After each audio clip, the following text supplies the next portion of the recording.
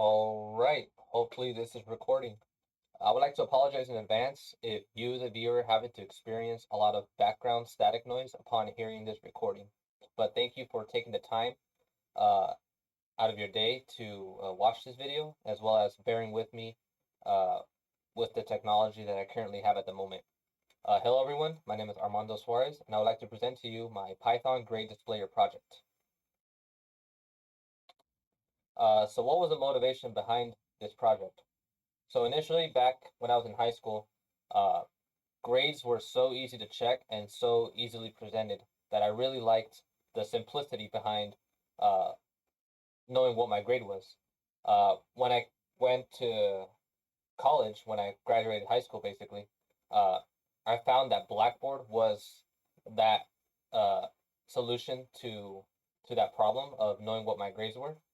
Uh, Initially, I had no problems with it, but as time went on, I realized that Blackboard did indeed have a lot of errors to consider, such as the interface is just not the best looking. Other things like some professors don't use Blackboard because they prefer uh, conventional ways of teaching. And in order for me to solve this, I would sometimes spend hours working on an Excel file to calculate my grades for each class. And so, thus came the birth of this idea of removing time out of my schedule uh, and present it in a very easable manner where it's based upon the click of a button, for example. Uh, Initially, I had thought that this was going to be a project where I take some information uh, from the web, from the web, uh, transfer this data into an Excel sheet, which would then be transferred to a Python environment, where I would then manipulate the data, whether it be in the form of libraries like using NumPy arrays or writing the basics like for, if loops, lists, strings, things like that. But the grand finale of it all was to return a graphical user interface, a GUI for short, with buttons in the GUI, where upon clicking a button, both the letter and percentage form grades for that class will be presented. The reality of what ended up happening was, as you can see from the title image, most of my expectations were met. I found it more surprising that the removal of things such as the Excel and NumPy implementation gave me more security and time for completing the project. I was seeing how not involving Excel or NumPy into the program worked just as fine as I had wanted it to work, and thus the advantage here was less code to consider. So basically, in a nutshell, the project uses a lot of Python basics as well as some pretty cool libraries. Before I go into a live demonstration of how my code works, I would like to go and cover the key concepts that make this code work. To start off with code implementation, uh, if you're an avid programmer, you know that you can start with a blank file and ultimately create what you want to create, or you can import, as seen from the image here, different libraries and have it do wonders for you, as seen from the picture. I used NumPy to create an array. Now, similarly, uh, a programmer can create their own .py file, create the methods and functions you want to create, open a new file, new .py file, and import call the previous .py file so that you can use those methods functions into that second .py file. Using this was the basic skeleton of how this code works. Selenium is the first library that was used in this application. Selenium is a library used in Python for web browsing operation and manipulation, such as uh, data, as I had mentioned before. Uh, and it happens through the means of a web driver. It's the engine that makes Selenium work. So apart from obtaining data, it can also click on things like search bars, the buttons, links, etc. And it can even have it type something like how to cook spaghetti. This is all thanks to static HTML elements, which are seen as the backbone of a lot of websites that we encounter with on a daily basis. Selenium was used, as you can see below, uh, to go to Google, or specifically blackboard.com, log in using my credentials, which are not shown here for security purposes, and ultimately obtain the grade data. But below, again, is a sample of how something like this is done, as seen below. Uh, most of the green stuff is either a link, a term, or an HTML element. As I have iterated over and over, the basics of programming, such as functions, strings, if statements, for loops, and list writing, uh, were the building blocks of my program and many programs, and it wasn't an exception here because I used it for simplicity and I didn't have to implement other syntax from a different library uh, that either wasn't going to work or was going to take me time to understand. Uh, the examples that I used for the basics were to simplify code based on the HTML element, uh, make it create lists that would then be separated based on the category of assignment, whether it was a project or a midterm, for example, return values that I needed for the GUI to pretty much print.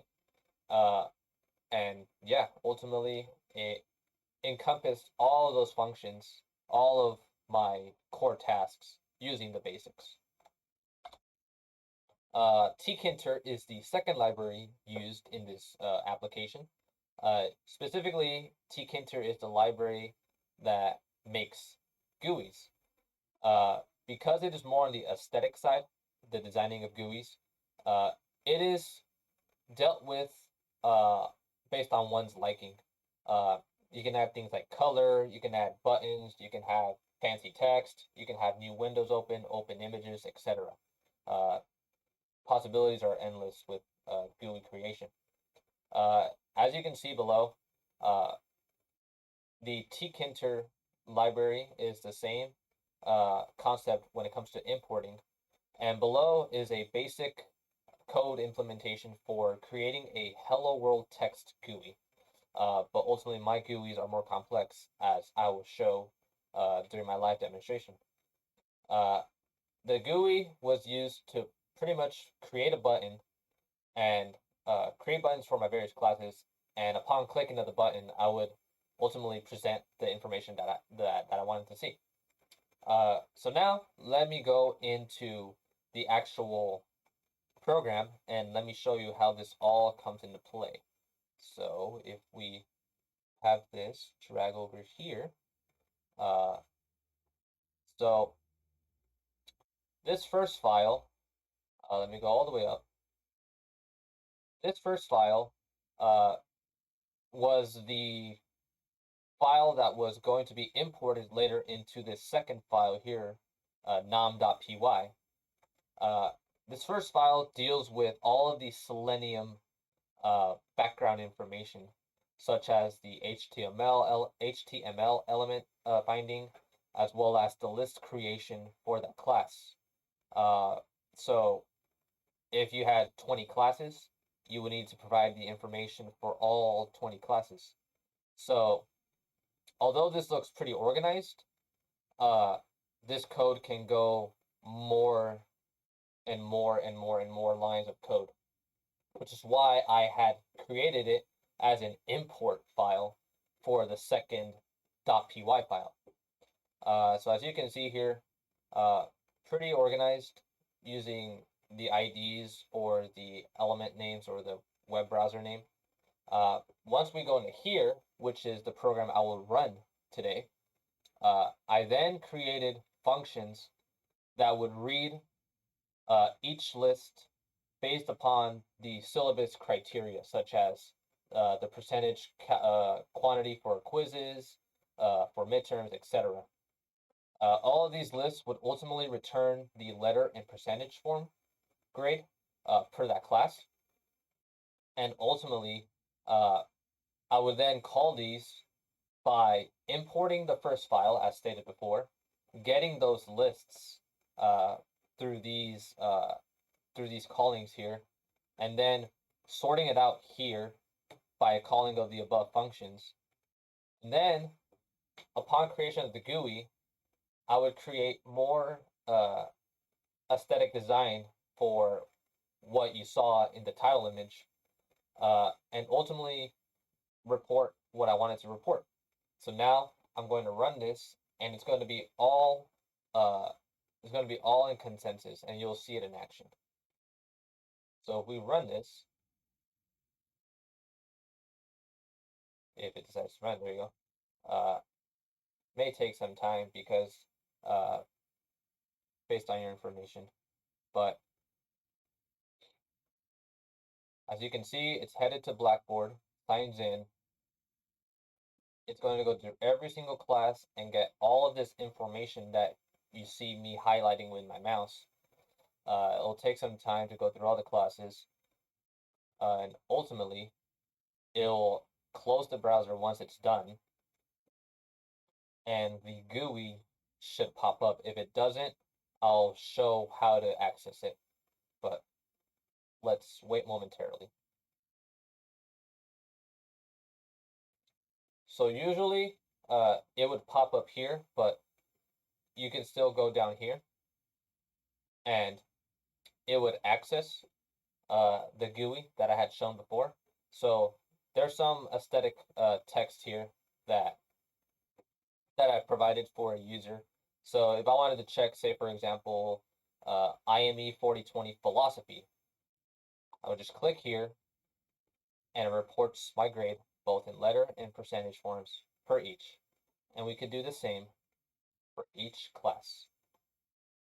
As seen here, and it does not interfere with anything that happened before. Uh, very simple, very fast, very easy, and upon closing of the GUI, the program ends. So that is the live demonstration of this. And now, in order to continue with my presentation, uh, with the conclusion. So what were the advantages uh, that caused this program to beat the use of Blackboard? Uh, for me, mainly, it was not having to spend a lot of time on Excel. Uh, Having to manually look at a grade and typing, uh, I could be doing that for something else or spending that time elsewhere, basically. Uh, if I wanted to add an assignment on the Python calculator, Python grade displayer, it's simply two lines of code, which is basically the HTML ID, and then uh, pretty much shoving it into the list that I have. The rest then is all on the program's hands when it comes to separating and displaying it. As you can see from the live demonstration, the GUI gives results at the click of a button. Very simple. You don't have to go through each class and click on the grade selection, having to log in manually. It reduces all that time. Uh, as I don't know if I've stated this before, but uh, it does give grades both in letter form and percentage form. Yet, uh, for the assumptions of this code and project, I assumed A, B, C, D, F assumption with no plus or minus. Uh, in order to add that, it's just a couple more lines of code, uh, but it's all based on the syllabus. And ultimately, I also had to round the percentage to make it more aesthetically clean on the GUI. Another advantage is that it can be used every semester. You just have to rewrite the code, but ultimately the functions stay the same. Uh, Different titles, of course, but it can be used every single semester. Now, what are the disadvantages of my program? This Python grade displayer does not truly reflect the actual grade, as that is up to the professor's discretion and availability of grades. So right now, this grade uh, this grade displayer live demonstration is only based on the Blackboard grades that are available at the moment. Uh, because you still need to manually add a new assignment, uh, this could make the import program, so the first program I showed, it can make it more longer, and the more classes, the more assignments you have to add, and also therefore non-automatic. You can't just run the program and expect uh, Selenium to just find new things because you need to provide it with its respective HTML element. Uh, my program only used Google Chrome. Uh, if I wanted to use a different browser, say Google Chrome just happens to crash suddenly, uh, each Selenium would then need to have the WebDriver based on, say, Firefox or Internet Explorer or Microsoft Edge in order for it to work. Now, uh, as I talked with my professor uh, and I explained to him what my project was all about, he came up with a pretty good argument that this could really be a machine learning project. For example, my code uses a lot of for and if statements to identify whether it's an assignment, like homework, or quiz, practice quiz, midterm, project, final, what have you. Machine learning can take all that into consideration and can have the program automatically detect whether or not it's uh, a midterm, a project, etc. Uh, so ultimately, this wasn't implemented due to time constraints, but it could be something to look upon in the future uh, as like a side project. Now, uh, what were my learning outcomes? There was definitely many, but one of the few I would like to list.